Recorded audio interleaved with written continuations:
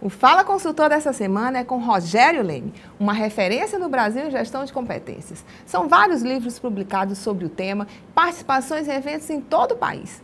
Muito obrigada, é um prazer enorme, Rogério, receber você aqui no Valor Profissional. O Rogério é uma referência. Eu não sei nem o que falar com o Rogério, tem tanta coisa interessante para a gente conversar, né, Rogério? Eu acho que a gente tem que fazer um programa especial aqui com o Rogério, eu tenho certeza que você vai amar. Eu que agradeço, Ana, o convite, vai ser um prazer poder trocar um pouquinho de informação aí com vocês. Então, vamos falar sobre talentos.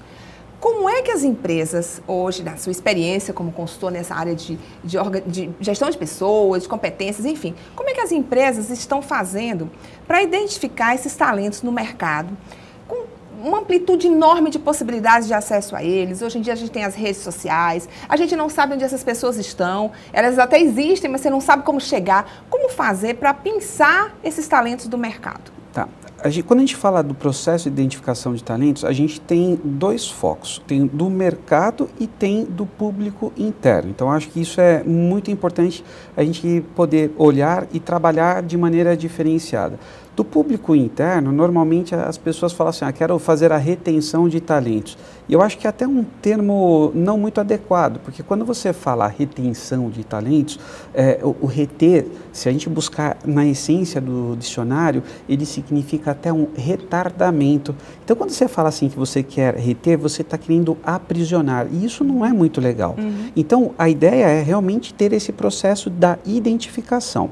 Quando a gente fala do público externo, quer dizer, aquela pessoa que ela ainda não está trabalhando dentro da organização, hoje em dia, sem dúvida, as redes sociais, aquilo que a gente chama de networking, é a melhor forma. Por quê? Porque quando você tem uma aproximação, quando você tem uma recomendação, existe uma tranquilidade a mais e uma certeza, até mesmo pelo mundo que nós vivemos. Né? A velocidade que a gente vive, então uma indicação normalmente ela pode encurtar alguns caminhos. Então a melhor maneira, se você quiser estar participando de processos seletivos, é você manter a sua rede de relacionamento atualizada, seja presencial, com contatos com as pessoas, seja nas redes virtuais, né? Entre as várias que existem, como o LinkedIn, o próprio Facebook, enfim, mas com um aspecto de cunho profissional. Isso é interessante. Essas pessoas, elas estão por aí no mercado, mas também existe dentro das próprias organizações, das próprias empresas. E muitas vezes as empresas não percebem isso, os gestores. Eles acabam buscando primeiro fora, não encontrando, dizendo que não tem, né? Apagão de talentos, a gente até escuta falar isso, né? Mas às vezes o talento está dentro de casa e ele não percebe. Como fazer com que isso aconteça também dentro do ambiente de empresa? É fundamental uma empresa pensar em formatos de sistematização dos processos de avaliação e identificação dos talentos. Por quê? Porque se a empresa ela é pequena, tem 2, 5, 10 funcionários, é muito fácil esse contato. Agora, se a empresa ela tem uma dimensão maior, 30, 50, 100, 1.000, 2.000, 4.000, 5.000 funcionários, se a gente não tiver uma forma sistematizada, a gente vai perder a referência, né? Quem é essa pessoa? Quem é essa memória? Então, isso é saudável para que a empresa busque essa sistematização. E essa sistematização, ela vem pelos processos de avaliação de desempenho e de competências. É importante, Ana, a gente comentar e ressaltar a seguinte questão.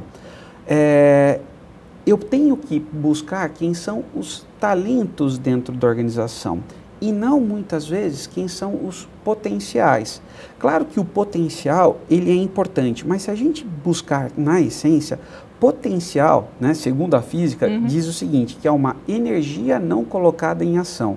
Eu até brinco quando eu estou conversando assim com os amigos, eu falo assim, se alguém virar e falar assim que eu tenho um potencial, eu vou até achar ruim, porque vão falar assim, você tem aí, Rogério, uma energia que você não está colocando em ação. Enquanto que o talento é aquela pessoa que ele está de verdade entregando. E se a empresa ela não observar e ela não identificar quem são esses profissionais eles passam a se sentir desmotivados. Quantas vezes a gente já não ouviu algumas pessoas falando assim, puxa vida, eu vou procurar uma outra oportunidade em outra empresa, porque aqui eu já cheguei onde tudo que a empresa poderia me oferecer. Na realidade, essa pessoa está dando um sinal falando o seguinte, eu tenho algo a entregar que eu não sou um potencial, eu sou um talento, é algo que eu já entrego e que a empresa não está aproveitando. E se a empresa não olhar, essa pessoa começa a olhar para o mercado. E eu costumo dizer assim, a grama do vizinho sempre é mais verdinha do que a nossa. E quando a gente olha essa grama de longe, a gente não vê as imperfeições que ali tem. Verdade. E aí é onde a gente perde esses profissionais que realmente estão entregando. Então, os processos de avaliação de competências e de desempenho, os processos de acompanhamento são fundamentais, e isso independentemente do tamanho da empresa. Mas conforme a empresa vai aumentando o tamanho, isso se torna prioritário dela organizar, dela sistematizar. Olha, é até bom você falar de avaliação de desempenho, de competência, porque hoje em dia existe uma grande dúvida, um questionamento entre os gestores de RH, existem artigos aí sendo publicados falando, acabou a avaliação de desempenho, não faz sentido mais avaliar desempenho dentro das empresas, enfim, essa discussão. O que você pode dar do seu ponto de vista como especialista nessa área, especialmente porque quem é da área de recursos humanos sabe que uma das referências, os livros do Rogério, são pauta para muita gente pegar como referência para trabalhar dentro das organizações na implantação de gestão por competência. Então, o que isso vem a ser de fato uma realidade e até se isso procede, porque as pessoas continuam lá desempenhando seus papéis, nas suas rotinas, nada mudou nesse aspecto e o que aconteceu para dizer que não vale mais? É interessante esse tema, Ana, porque assim, existe um equívoco de interpretação. Sim. O problema não é um instrumento e nós não podemos viver sem esse instrumento. Existem frases de pensadores como Peter Drucker que diziam o seguinte, aquilo que não pode ser medido não pode ser gerenciado, o que não pode ser gerenciado não pode ser melhorado. Então, se eu não tiver um instrumento para medir, mensurar as competências e o desempenho das pessoas, como é que eu vou encontrar quais são os pontos de melhoria? Como é que eu vou agir nessas melhorias? O equívoco que existe é que os atuais instrumentos de avaliação de desempenho, eles utilizam critérios e regras que, na verdade, nunca deveriam ter existido. Por exemplo, a classificação que eles chamam lá de curva forçada. A curva forçada é você pegar ali a sua equipe, né, os funcionários de uma empresa e falar que 20% são os talentosos, 70% são os carregadores de piano e 10% são aqueles que têm o desempenho inadequado e que precisam ou melhorar ou, se não, devem até serem substituídos dentro da organização. Mas ela obriga que 20, 70, 10. Agora diz uma coisa, nós não trabalhamos com processos de desenvolvimento de liderança, com processos de desenvolvimento de pessoas, nós não falamos tanto de ter uma equipe de alta performance. É totalmente contraditório eu falar assim, não, eu preciso ter uma equipe de alta performance e dizer que somente 20% são talentosos e o restante não. Quer dizer que eu não posso ter o direito de ter 100% de pessoas de alta performance? Então é contraditório. Então, o que está equivocado na realidade é da maneira que é feito esses instrumentos, que são feitos esses instrumentos.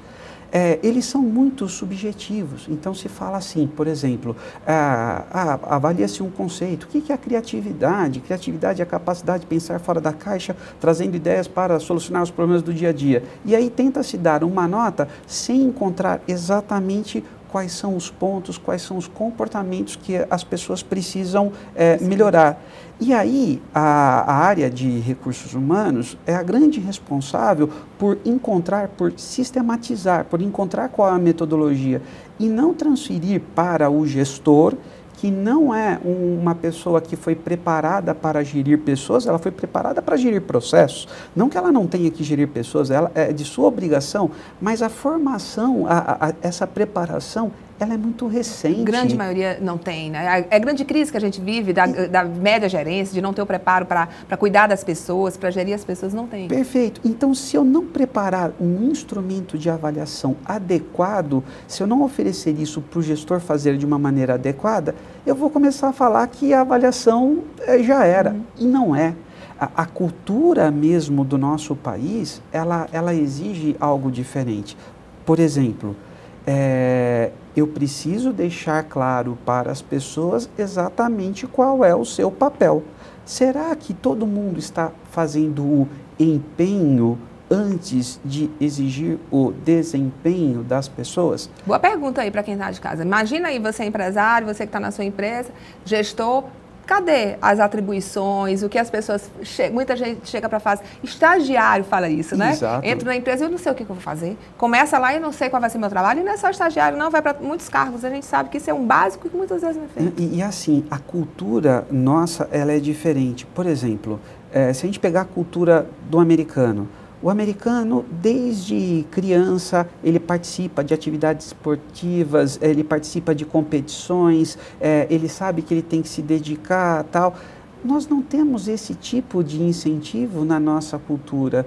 Então, quando o americano ele tem um foco muito mais, por exemplo, em resultados, e ele sabe que a preparação dele é fundamental.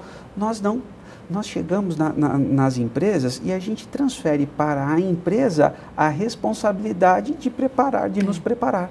Então, é uma cultura diferente. Agora, se eu não avaliar não apenas o desempenho, mas o desempenho e as competências das pessoas, como é que a gente vai, por exemplo, encontrar as necessidades de desenvolvimento e de capacitação?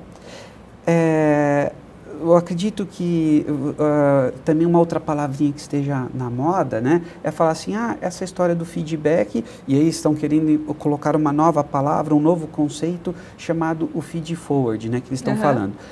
A diferença que existe basicamente, Ana, é assim, o feedback você vai olhar o que aconteceu anteriormente e vai ajustar. Se foi legal, vou reconhecer. Se não foi legal, deixa eu dizer, ponderar para você por que não foi legal, o que não foi legal, por que não foi legal e o que você tem que fazer para melhorar. E esse feed forward, na essência, de uma maneira mais simples, mais resumida, é virar e falar assim, eu não vou falar o que aconteceu.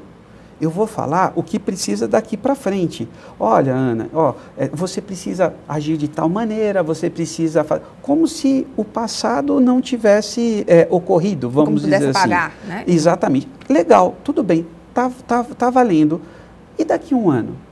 Se a atuação não foi legal, você vai voltar e vai falar de novo do feed forward, daquilo que interessa dali para frente, mas e aquilo que realmente ele deveria entregar? Então, não tem como a gente não passar pelo processo de avaliação de desempenho, de avaliação de competências e fazer essas devolutivas. A gente só precisa fazer com que esses instrumentos sejam mais aderentes à nossa cultura e à nossa realidade e não generalistas como são. Tá aí, falou especialista na área e agora você está mais tranquilo aí para continuar trabalhando, avaliando o desempenho, as competências dos seus colaboradores e sabendo que isso é importantíssimo para o desenvolvimento de todos, da empresa, deles, para o sucesso, para a entrega dos resultados. Eu queria finalizar, Rogério, você deixando aqui uma palavra para quem está aqui, tentando, pensando em se desenvolver, em colocar seus talentos à prova para esse mercado, e saber que a gente tem que estar no lugar certo, o que eu tenho que fazer, como é que eu faço para me tornar visível para eles? Bom, o primeiro ponto que eu vejo fundamental é você ter muito claro qual é o seu objetivo, onde você quer chegar.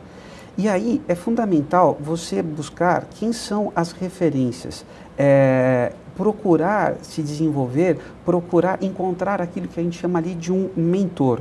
O mentor é a pessoa que vai poder te ajudar na precipitação da sua experiência. Quando a gente fala de coaching, Ana, a gente fala da parte comportamental. Quando a gente fala de mentoria, eu estou falando da experiência de vida, dos quilômetros rodados. Então, ter um profissional que já tem uma experiência, que você possa tomar como referência, compartilhar essa experiência, vai te dar mais ênfase, vai te dar mais possibilidades. E nunca terceirizar a responsabilidade do tipo, mas se não tiver a oportunidade, vá atrás. A determinação e a disciplina, ela é fundamental para que você tenha sucesso na sua carreira. Muito obrigada, querido, por estar aqui conosco. E eu espero mais vezes, viu? Mesmo à distância, a gente vai manter esse contato, eu prometo a vocês. Vamos sim, eu estou sempre à sua disposição. Obrigado pelo convite. Querido. Vamos agora para um rápido intervalo e na volta responderei as perguntas dos internautas no quadro Carreira. Fica aí, a gente volta já já.